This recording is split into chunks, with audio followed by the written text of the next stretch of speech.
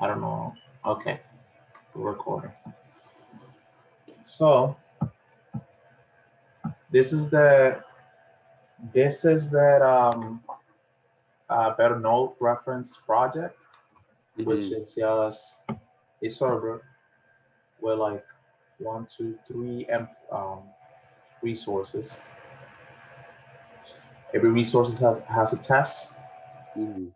and it has a model for all the SQL, and it has a router for all the endpoints. Okay. And the main point that I wanted to do here is that I wanted to grab all the libraries that I know of that are commonly used for the back end, front end, and just general stuff. And I Mm-hmm. wanted to gather also all the resources that I found really useful that really helped me and shape the way I think, and just put them all in a database. So for later on, I could go ahead and add like a front end app of it and Mm-hmm. just start playing with it. So I was able to refresh myself and put everything together because I had to like go read everything and start making like I input all of this information on the database, which I made it into seeds. Yeah. And let's see. So in the database file, we have the seeds for migrations, and each one is there. So we have for the tags, we have Yeah. libraries, and we have the useful links. I guess we could start with just the amount of data that is I'm planning to get in there. Mm-hmm. I wanted to have some tags like YouTube tags, like video tags, that kind of stuff. So just say like I do backend, so some stuff is just backend like Node, Express, Express Validator, that's backend. And Mm-hmm. then we got the front end, which is just gonna be like React Native, React hooks, Mm-hmm. um, and design and stuff like that. And then I have a general tag. This is just about like general things like JavaScript, like MDN, JavaScript, like try and catch, a couple Mm-hmm. of things that I use to just refresh myself Yeah. that I commonly use. And I want to just have it in there because I noticed that I also want to share with other people because that could help them also. Mm-hmm. Which I'm probably just gonna make a blog post about it or make like an image of it. I'm gonna see what I could do with it, like visually. But Yeah. I knew that for a future project, I wanted to record it so later on I could share it. That's cool. Um, So like, so how did you start this project though? the main Like, way that I started this project is getting all the files started, getting the. So that question is gonna be more about the like the structure, like all the mm-hmm. folders and like Yeah, file. like how did you like which folder or file you started first, and then you work your way through? Yeah. And that's a good question. And that's something that I noticed a lot of people kind of like after you just work with like pre-existing code, you Yeah. don't do too much of like initialization of an app. Mm-hmm. So you might get rusty. You might need to go back and like um, polish yourself on that, which I had to do.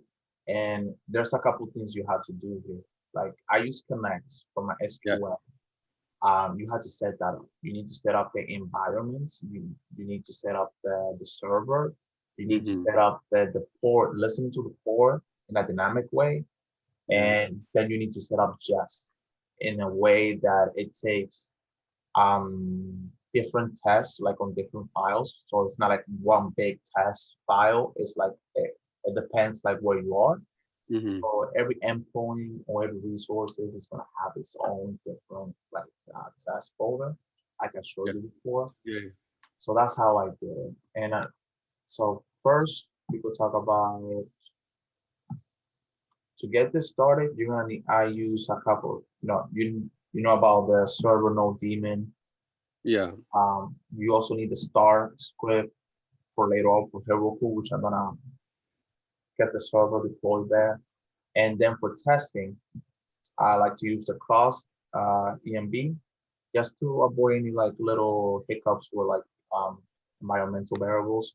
Mm-hmm. And then I like to set up this environmental variable to be testing called just call the watch function. The F over here is gonna just run all the fetting tests.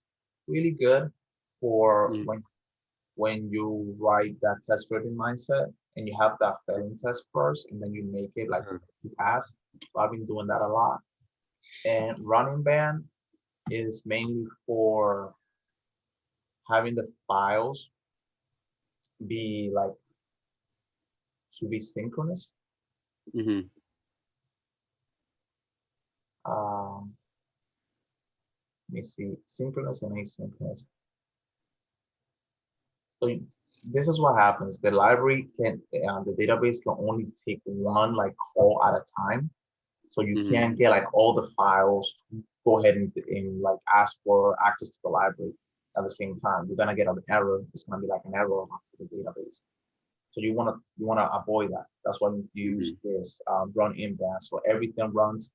One goes first, and after that, test is Oh yeah, the yeah. other one I goes. remember. Yeah, I remember that. Yeah, yeah, that's true. I think I Yeah, remember that when I was testing, because it was just like running, like it would run, but like it wouldn't run in like a ascending, order. It would go like jump back and forth. So the run band is like let you like run like in ascending order. So like whichever the test is first, second, third. yeah. Yeah. Normally things are run in synchronous, Mm, but if you run in running band, it becomes synchronous.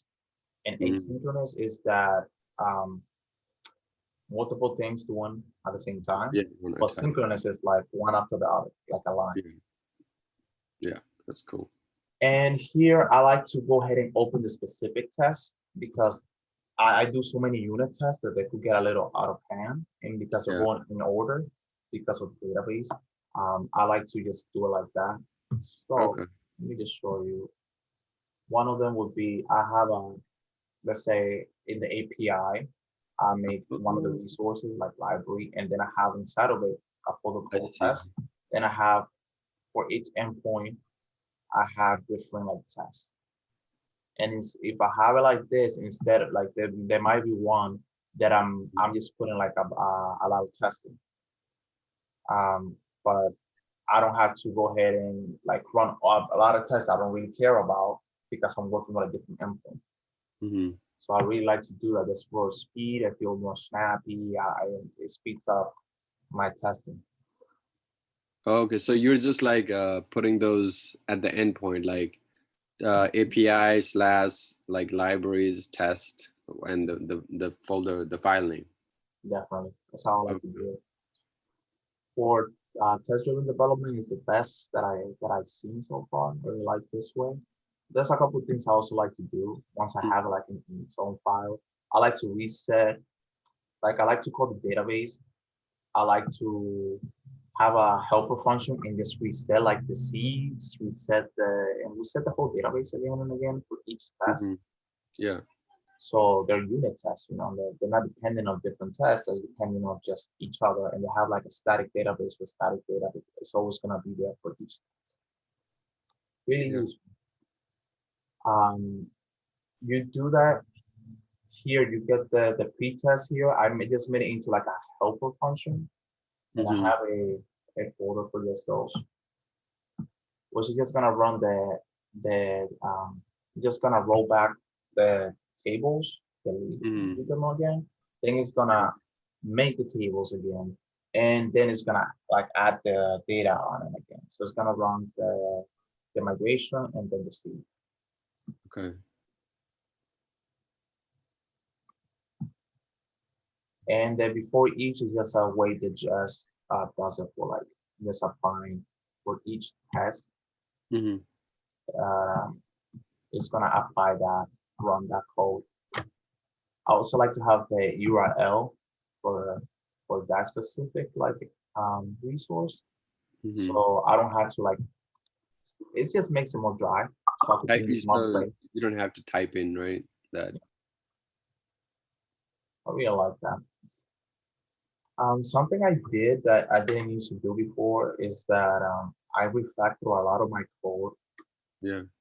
to how we have so many wrappers in the human right first like project when Mm-hmm. I used to send you like there's like a this is So you get the Axios call that wraps it in that data. Then Yeah. you get like another like key saying like libraries, like all Mhm. libraries, and then you start getting all of that. Yeah, yeah. To me, it's kind of redundant because after we working through that, I'm saying like, wait a second, I'm already know that I'm getting like all the data Yeah. because it's pretty obvious because of the URL, and I read you the documentation and like I know what I'm getting back. And after that, I had to like unwrap all of this Mhm. and put it into like a state. Doesn't Mm. make sense for you to give me all of that stuff. Just give me the data that I want and let me just put that data right away into it. Yeah. It's easier. So I went ahead and did that for this Right. project whenever I could. Because in some places like I couldn't do it, but for the validation of just responses and getting data back, that's exactly what I Mhm. did. So you won't see like me had to like unwrap things from the body. If you're calling it the endpoint, if you're calling that, Mhm. you're supposed to get something like that. It will let you know. If you're getting an error, then I want to let you know, hey, error message or something like that, and then let you know about that with the status code. Mhm. I guess because that's the way I like to do it. Um, so you see the here, you need to do like package JSON in it, so you could do like npm, like initialize, and it will just generate your package JSON.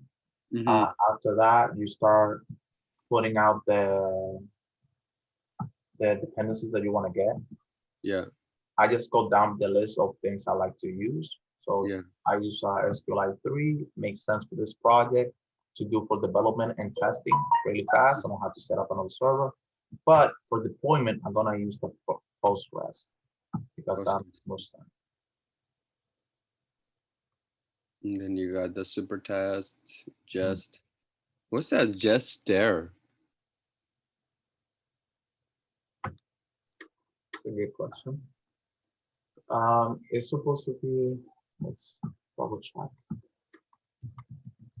Yeah, because I've never seen that before. I mean, like when we learned, it was only like jest, but just stare.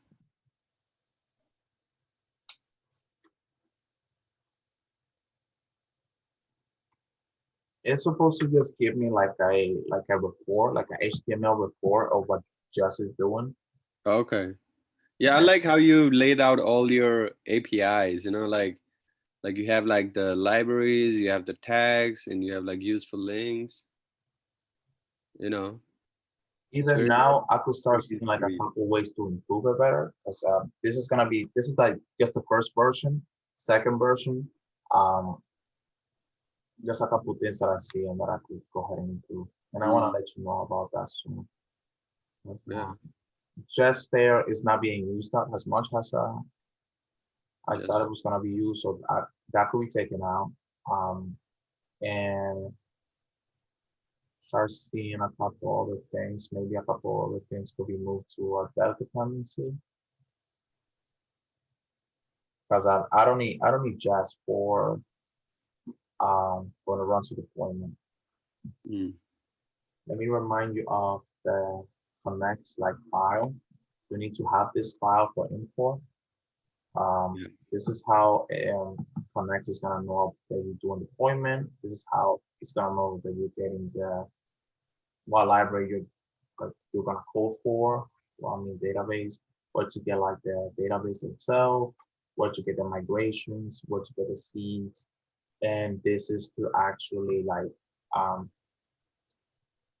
what's the name of it? Enforce foreign keys because at least for now, mm, SQLite doesn't enforce foreign keys automatically. You have to tell it so. oh, Yeah. A couple little things here for testing. You could say run it in memory, which is a little bit faster. mm-hmm. And That's you let it know interesting. like where the seeds and the migration is. And just very similar to the other one. Yeah, Yeah. okay, that's Um, and you'll notice that this thing over here will need it needs to have that file on the database that's gonna connect to it. So you go here to the database. This is the folder you make. You can name it whatever you want, and you Mm-hmm. can just name migrations and seeds and schema. You just gotta point those files over here, and that's how we'll know how to read it.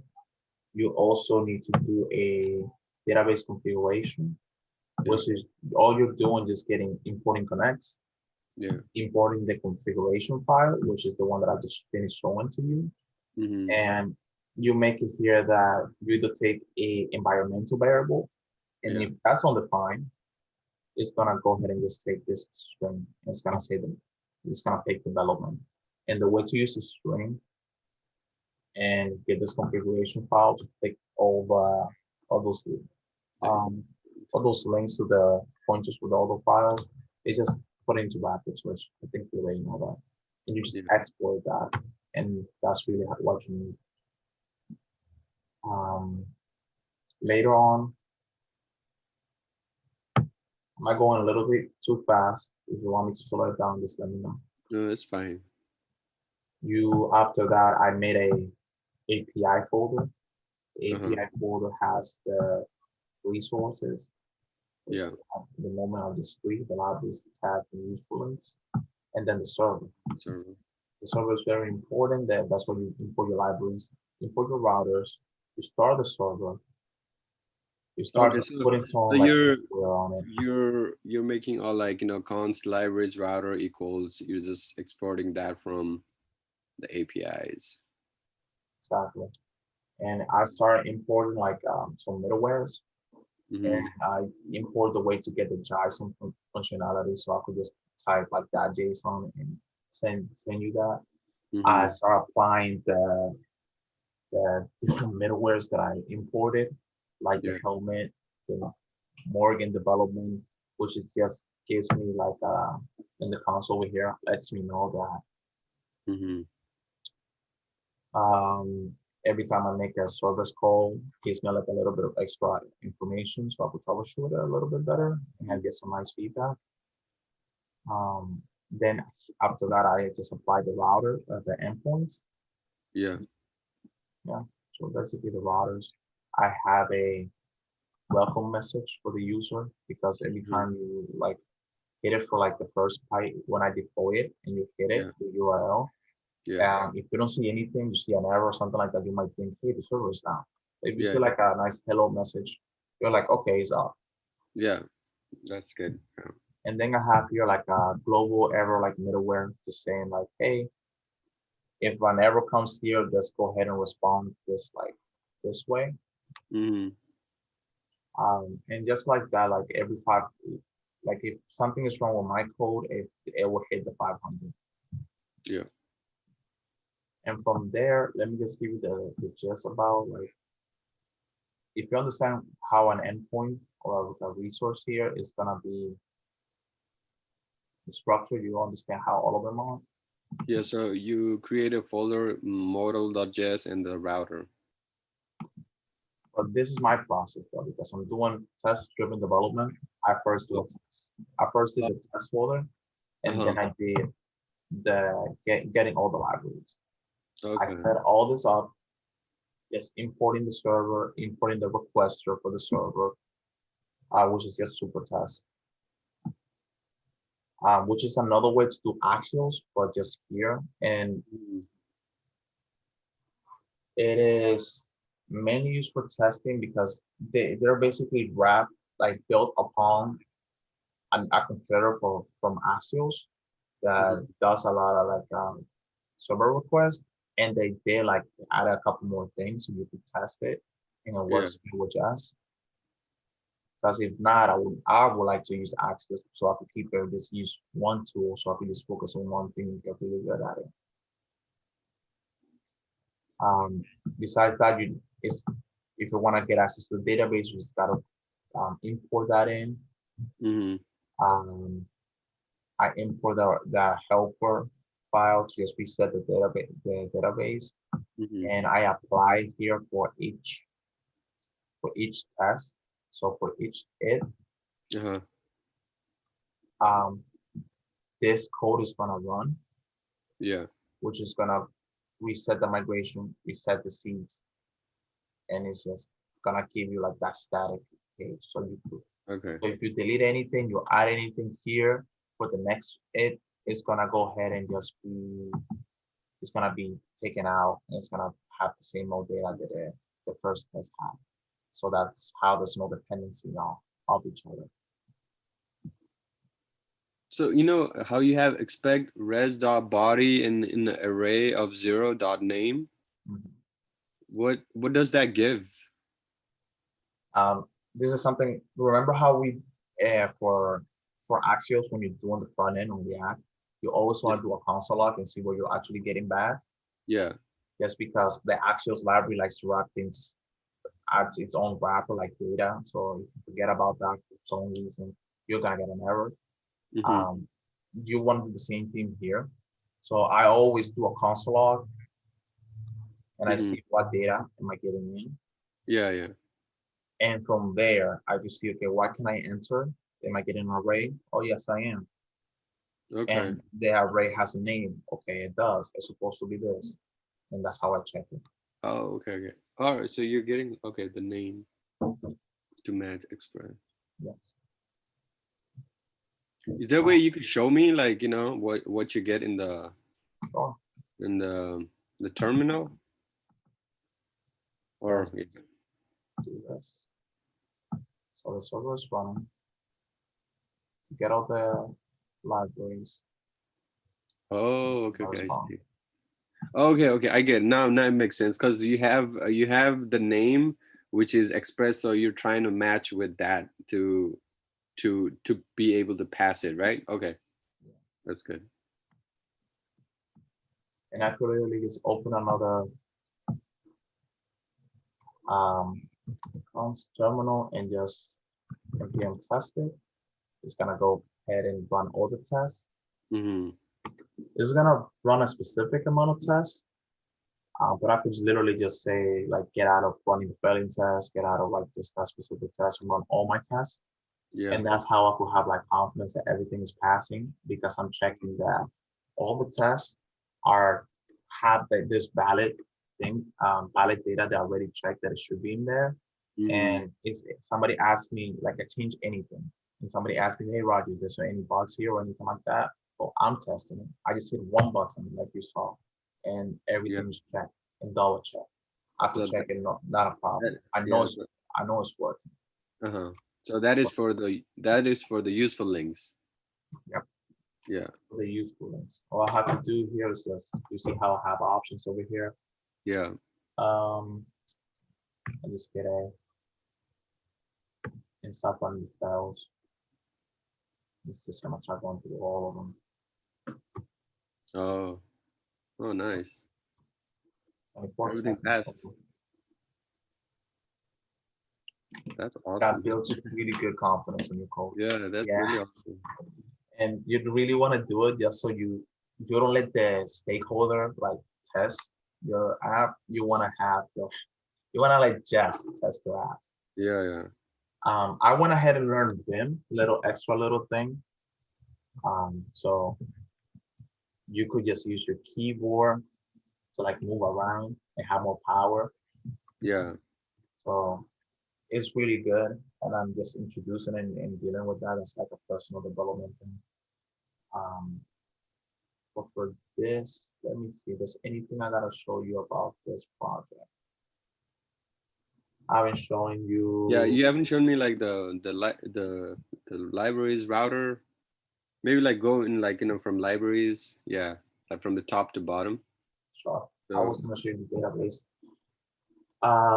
So those are the tests. I have it for all, like, get the libraries for each endpoint. And these are the endpoints. So I do that. I make the planning test first. mm, Then I move on to the router and I start writing the actual endpoint.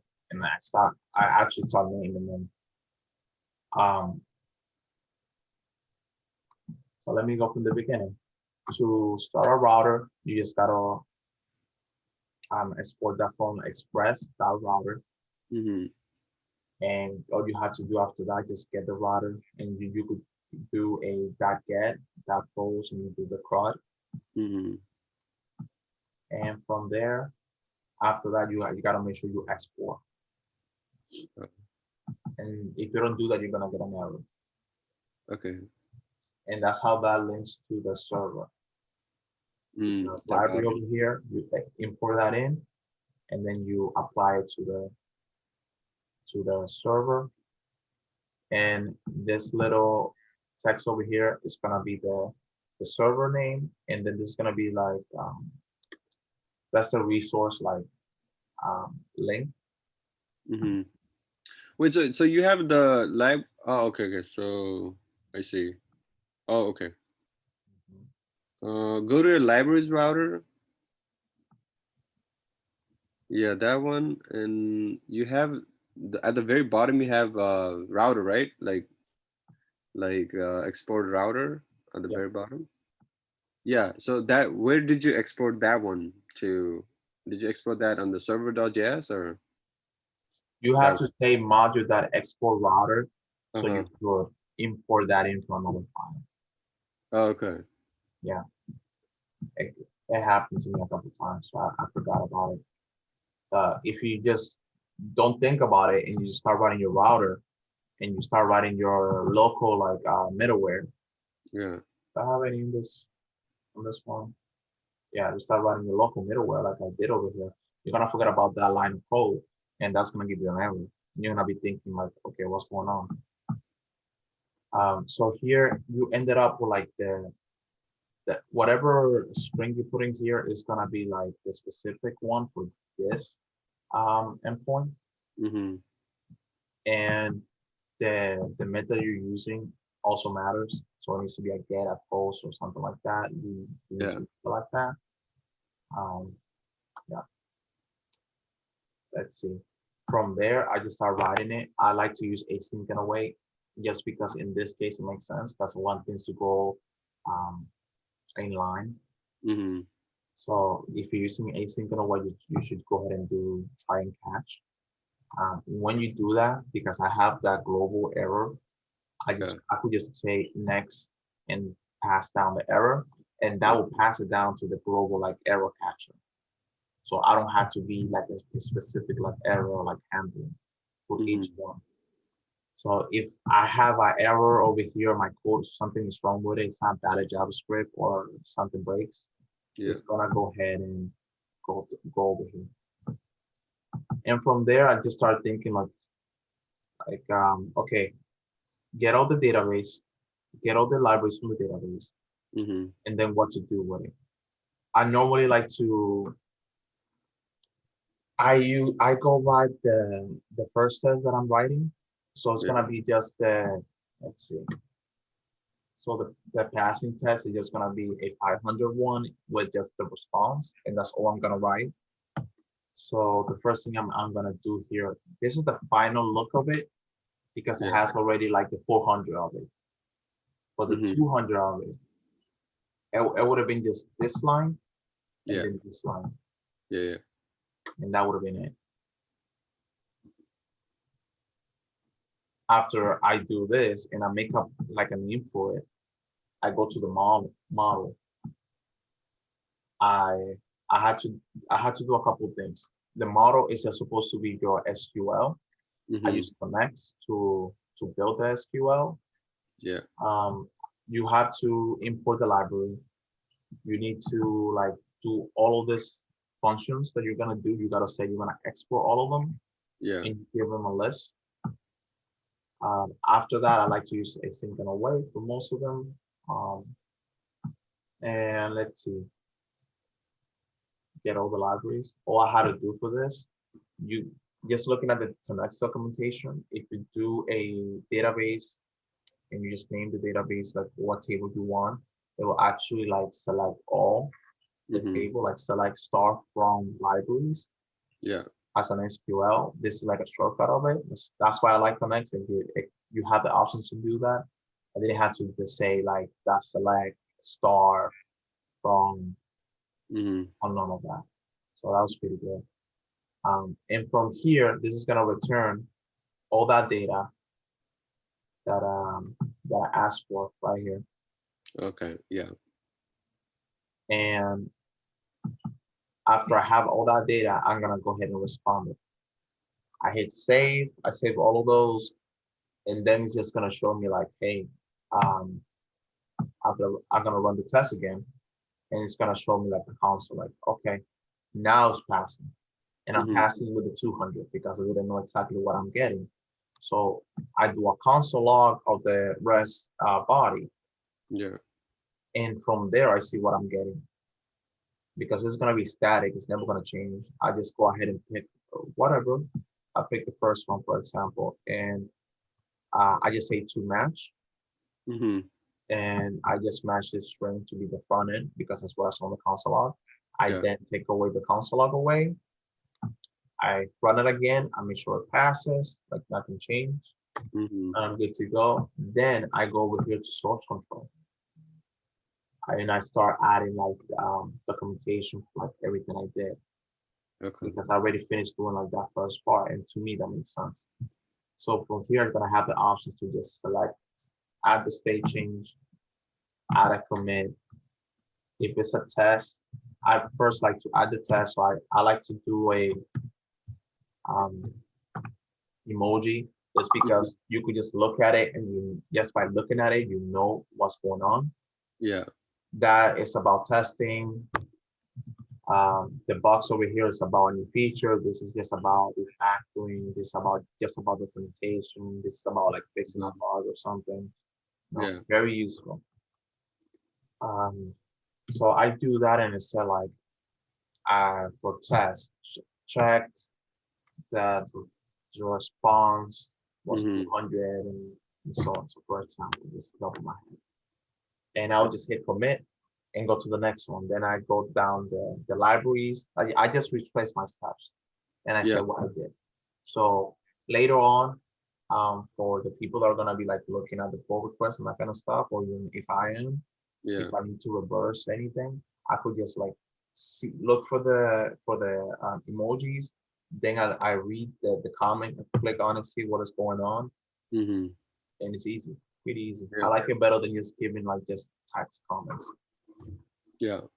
Um, So Roy, like, so when you do like backend stuff, you first like set up all the things, like can set up all the routers and server, and you go ahead and you first add the test, or you do like server dot or server.js or router um or model.js. So what do you do? Like first do just like write each test or First write the test, okay. run the test and let it fail. Then Hmm. go write the router. Then Yeah. go write um the model Okay. and run the test again, and it should Hmm. pass. And then you could add like a little more testing to it. Hmm. See what's your response. Make sure it is what you expect, and you go from there. You Okay. build all everything I built has been through that loop. Okay. That's awesome. That's good. That's good to know. Yeah, I Just just like set whenever up. I like do this stuff, I just don't like where to start. Like first, what's the first step? Like do I add servers first, or as or continue as I go, or so Yeah, and after you do all of that, like that's gonna be the loop you do. Like after you do all your commits, you're gonna mm, go down to like your failing test. For this thing, this project, there was a lot of input validation that I did. uh-huh. So the backend validation, um, I did some custom ones with rejects. Mm. You see over here that it just needed to be taking everything that is like just words, lowercase, uppercase, Oh, what is and that? That's like that's yeah, crazy. I'm like that's why I have a message over here reminding me because just looking at that, it's not really perfect. But I could just read you like, hey, you can only be name can only be one or more alphabetic words in all lowercase. That's the way that you could add words to it instead of just being one word that you're checking. My Express Validator, they were just releasing that feature that you could add more like different ways to validate Mm. this one word. So they Yeah, didn't have it, so that's I had to great. build it myself. That's like an alien language right there. Yeah, this means like you start like yes, at the beginning of what is striking of the string, at the end of the string over here for the dollar sign. Uh-huh. Um, the brackets mean like a range, A and C in the dash. It means like between A and C. Remember computer science that A and C are like characters. Yeah. Have They have a specific number numbers. representation, so that they're basically checking it through that like that. Uh-huh. You add a space. I mean, you add this plus over here. It's like it's gonna be like if they go together kind of deal. There's a space. You see this little space over here is on purpose. It's taking Yeah. that into account. Then you have another range. You have another plus. If I remember right, the plus is like a unlimited occurrences. Mm. So it normally this will only take one word and select that. But if you add the plus, it's like oh, all the words. Oh well, now we have a space, and then we have all the select all the letters that fall into this Mm. range. And if you could see this over here, this makes this loop again until there's no more. Oh, okay. Yeah. How'd you figure that out? Like just like Before some. doing this, I had no idea how to do this, to be honest. But Okay. after this, I was able to go ahead and reproduce this, and I That's used good. the page regex101.com Mm. and just reading documentation, testing it out until I got something that the stakeholder wanted. Yeah. I did the same thing for description because I wanted to limit it. I don't want it to be everything, just because I wanted to avoid like SQL injections and that kind of thing. And Yeah. after that, the you could see that the other ones were pretty easy because I could just use express validator like methods. So this is just saying, hey, this can only be like words. Yeah. So only letters on the alphabet. And there's a whole thing that's about links and Mm. URL that I was just able to leverage, and I went ahead and used that. Anything more? No word to say. Look, if you're gonna be doing this for your own project, Yeah. when you're doing um the error responses, this is a local middleware, Mm-hmm. but I think you still have it. You could JavaScript only knows like the falsy and truthy. Mm-hmm. For falsy, even on an empty array, it's not like Python. An empty array is truthy, so it's gonna be true. But for the number 0 is falsy. Mm. So in my database, when I'm getting like all the new libraries, you notice how they're inside of a list Yeah. or an array in JavaScript. Um, if you put that in the if statement to check if there's any, you're gonna get true, even if it's empty. So what you Oh, wanna do is just get the length of that. yeah. And if the length is 0, because there's nothing inside, it's gonna be Mm-hmm. false. There's nothing inside. And that's how you're thinking about it. And then you just gotta make an if statement that that says, hey, if the library is not found, Mm-hmm. respond like this with an error status and explaining what's going on. Like, hey, the library already exists in this case. Okay. No duplicates. So you got the language router. Or doesn't exist, depending on what you want to do. This is a middleware that is being used for Local middleware. one of the other ones. You do that and you go step by step on all the So other and features you want basically to you add. got You're good you to got the go. tags and you got so you got tags and useful links. Yeah. Then let me show you about the migrations and about Yeah. in the schema. And that's gonna answer your questions about okay, why you doing the tags? Okay, why you doing the Mhm. useful links? So you could go ahead and make a schema, and Mm-hmm. those are the tables that you want to go ahead and like get research from. Mm-hmm. I'm gonna show you the latest one. So this is the version 3 of it, Yeah. and this is how you know, like, okay, what am I getting? This is what tags are gonna be. It's Mm. a name and text. Like, This is the useful links. So basically the resources. This is the libraries. What are you getting back? What is mm-hmm. supposed to be there? Kind of stuff. What could be there? Yeah. Um, there's a couple things that were not didn't went through, like the images, Mm-hmm. just because of the new information we got. Um, the stakeholder looks like he wants to move in a different direction. Okay. So there's a couple things that are gonna be dropped. Uh-huh. It Yeah. looks like this is gonna be dropped. But this is how you know, like, hey, they're the tags for the tags endpoint. This is the library for the library resource, and this is Mm-hmm. the useful links. And that's how you know you're gonna have three things. Later Yeah. on, like you could make this into a resource, this into a resource, and this into a resource. If that's what the stakeholder wants.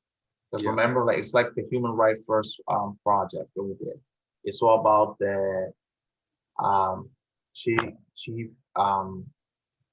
well, it's all about the stakeholder. Whatever he decides, whatever he wants, Mm. and then it meets his like user stories is what we develop.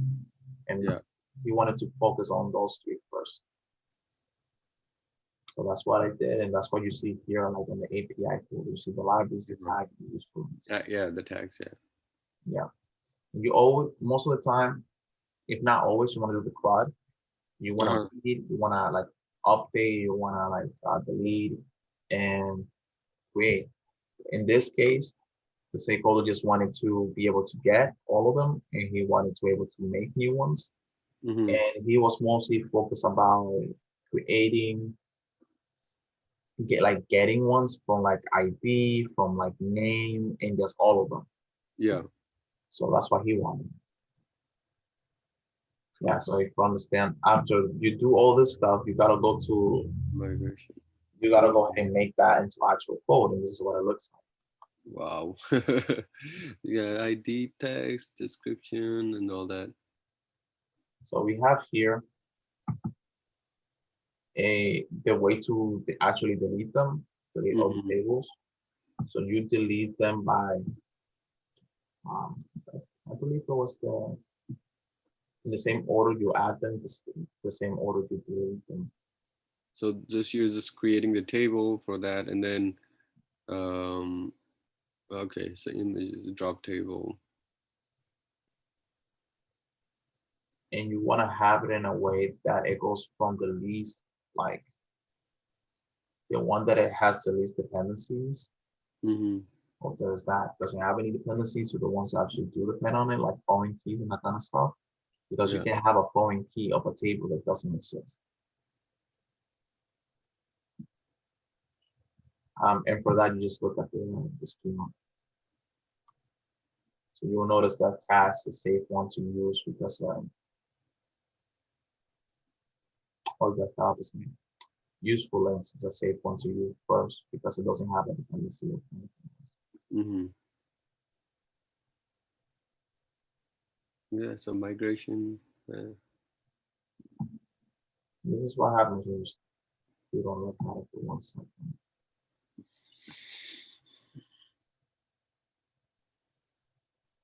So the way that you go at it is just go at it one step at a time. Mm. Um, you could just start writing it from top to bottom.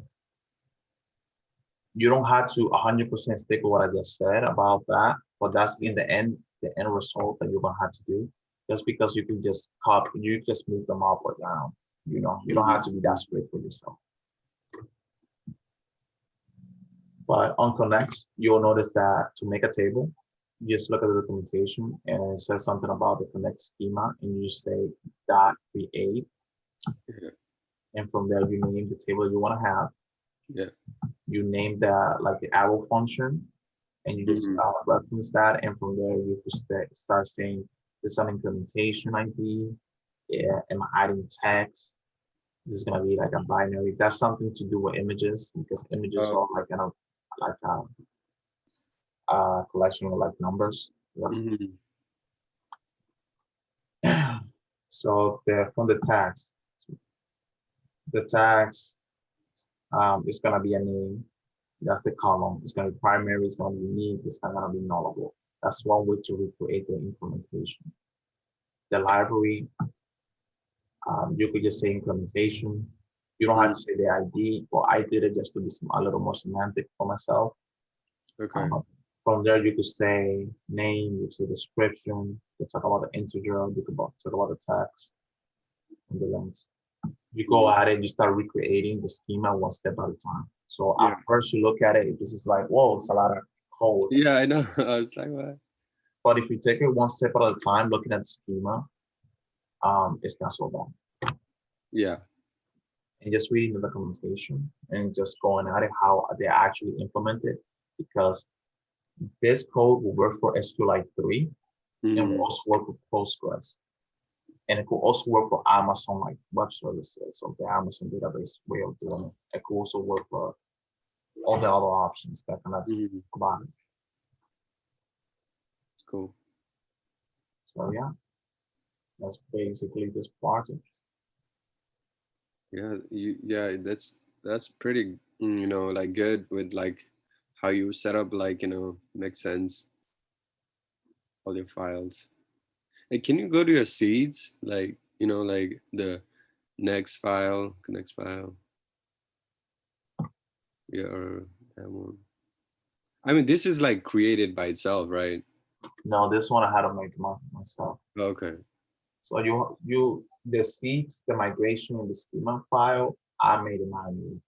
So you do Mm, have to remember how to do this stuff. This is why this was mainly the main reason for this project to be built. Is so I could have a database of this kind of stuff on it. mm, But I'm noticing that there's other ways to do this. You could this a really helpful way to do this is to have a screenshot of all this, like how to set it up.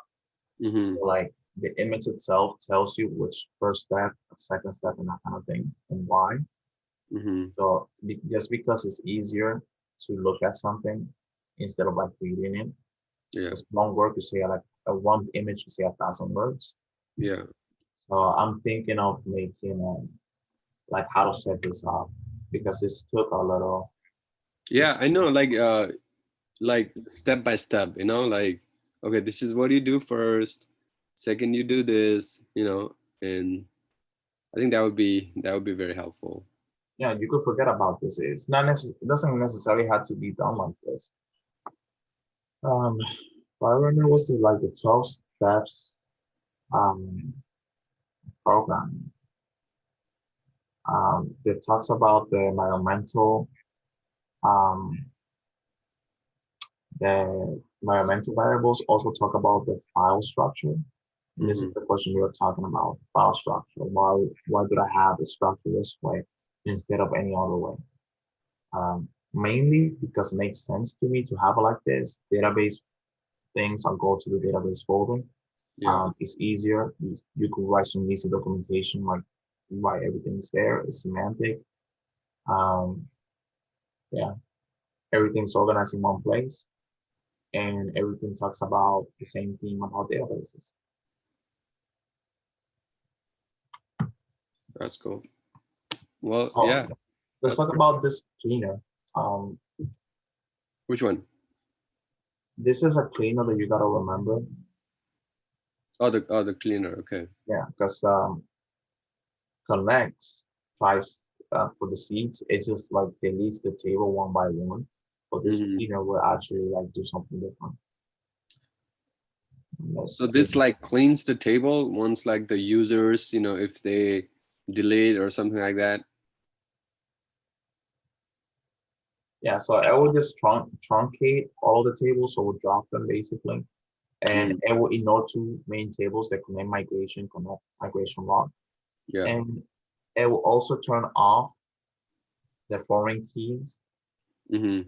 if we're using the SQLite 3, just in case you don't get any errors or anything like that. So you can just go ahead and delete them real quick. And yeah, I'll just start dropping all the tables in one place Yeah. same time. So once you're over here doing the migration, you can just focus about inserting the data, not have to worry about dropping tables or deleting anything and having any conflicts. You also want to make sure that you label them numerically. Yeah. Yeah, so you start with 0. So you want to always have this one first because they do it from top to bottom. Okay. That's all. That's pretty. Any questions? No, I mean, and do you do like a README? Like, do you put like the documentation on the README, or have you I'm started? working on the documentation. That's a good question. Yeah, I need to work on that too. Like, you know, because the people or the interviewers probably look at README too. You know. Yeah. So So your question is what documentation am I doing for this project? yeah. I'm doing the Postman documentation. So I'm gonna have a link to the Postman, which is just gonna have everything like each endpoint, what you should expect as a response, what inputs, and how you could pass the validation. I'm gonna have a link on that on the reading. And I'm gonna go ahead and post this video about explaining what I did, and explaining my way of thinking to this first version of the project. Yeah. Yeah. That's all. That's cool. Thank you Thank for you. taking some time here with me and talking about explaining, the project. Yeah, no worries. Stop recording.